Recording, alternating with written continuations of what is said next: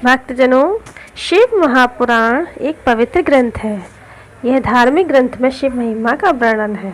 धार्मिक मान्यता के अनुसार शिव पुराण का पाठ करने से मनोकामनाएं पूर्ण हो जाती हैं। निःसंतान लोगों को संतान की प्राप्ति हो जाती है। अगर वैवाहिक जीवन से संबंधित समस्याएं आ रही हैं तो वे समस्याएं भी दूर हो जाती हैं। व्यक्ति के समस्त प्रकार के कष्ट और पाप नष्ट हो जाते हैं और जीवन के अंत में उसे मोक्ष की प्राप्ति होती है। लेकिन शिव महापुराण पढ़ने से पहले हमें कुछ सावधानियां बरतनी चाहिए।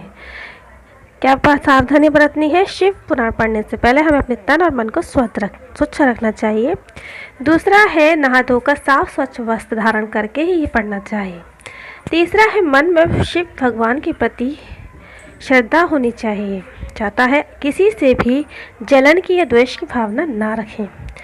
पांचवा है किसी की निंदा चुगली बुराई किसी की नहीं करनी चाहिए अगर आप कोई धार्मिक ग्रंथ पढ़ रहे हैं तो।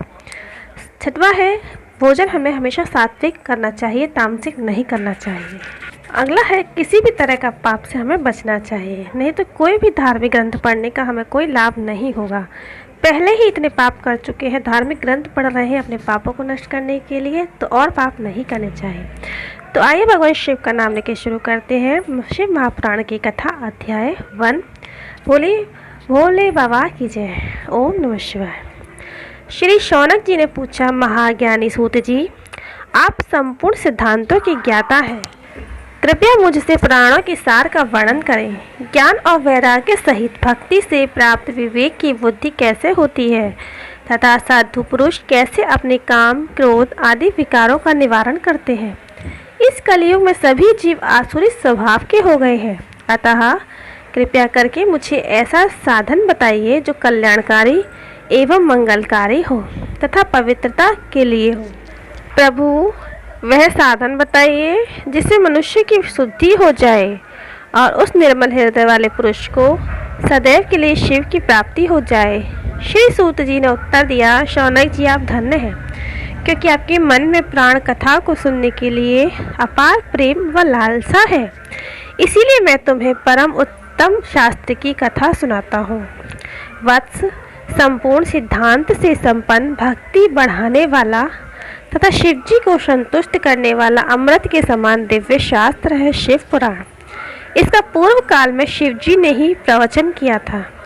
गुरुदेव व्यास ने सनत कुमार मुनि का उपदेश पाकर आदर पूर्वक इस पुराण की रचना की है। यह पुराण कलयुग में मनुष्य के हित का परम साधन है। शिव महापुराण परम उत्तम शास्त्र है। इस पृथ्वी लोक में सभी मनुष्य को भगवान शिव के विशाल स्वरूप को समझना चाहिए।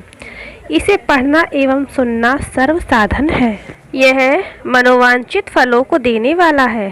इससे मनुष्य निष्पाप हो जाता है तथा इस लोक में सभी सुखों का उपभोग करके अंत में शिवलोक को प्राप्त करता है। शिव पुराण में 24,000 श्लोक हैं, जिसमें 7 संहिताएं हैं। शिव पुराण परब्रह्म परमात्मा के समान गति प्रदान करने वाला है।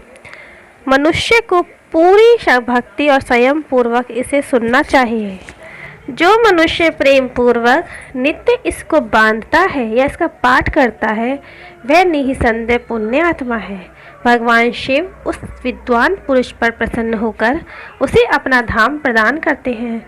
प्रतिदिन आदर पूर्वक शिव पुराण का पूजन करने वाले मनुष्य संसार में संपूर्ण भोगों को भोग कर भगवान शिव के पद को प्राप्त करते हैं।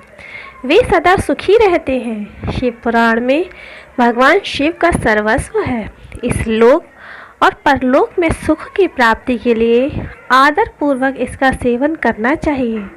यह निर्मल शिव पुराण धर्म, अर्थ, काम और मोक्ष रूप चारों पुरुषार्थों को देने वाला है, अतः सदा प्रेम पूर्वक इसे सुनना एवं पढ़ना चाहिए। इस प्रकार शिव महापुराण का प्रथम अध्याय यही समाप्त होता है।